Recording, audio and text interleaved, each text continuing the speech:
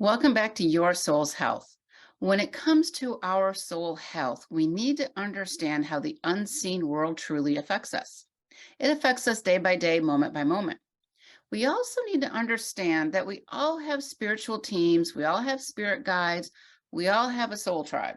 But did you know that not all spiritual teams play for the same side? They're not all the good guys. And did you know that dark entities can and often do masquerade as the good guys? When I work with clients, many times we end up discovering together, because when I'm working with a client, we work as a team. I will never tell you this is what's going on. We discover it together because in that non-tangible, non-physical world, that validation is really quite crucial.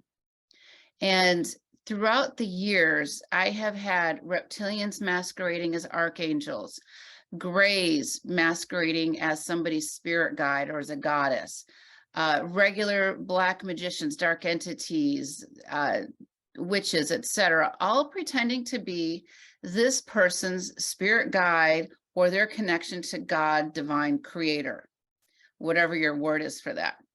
And what happens is they create blockages within us. So we need to start looking at this with a different lens. And dark entities, they're everywhere. And they're relying on us just to assume that they're the good guys. They can shapeshift into what appears to be a good guy. Think about a Catholic priest who is actually a child pedophile. He is a dark entity in a physical body masquerading as one of the good guys, right?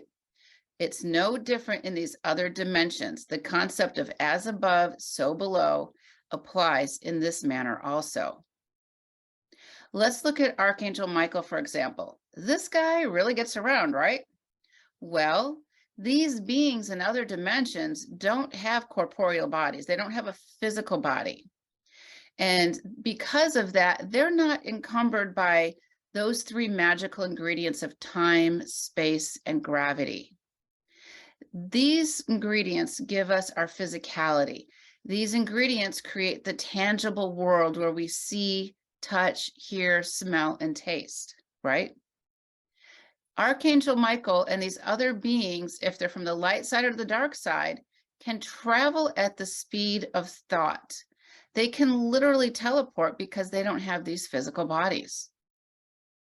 All right, so how does he get around so much? That's the big question. Or is he getting around so much? And the question becomes, what are we doing to validate or vet what we're communicating with?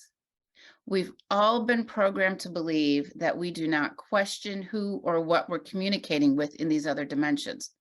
Oftentimes we'll hear from a psychic or a spiritual practitioner, well, I just know.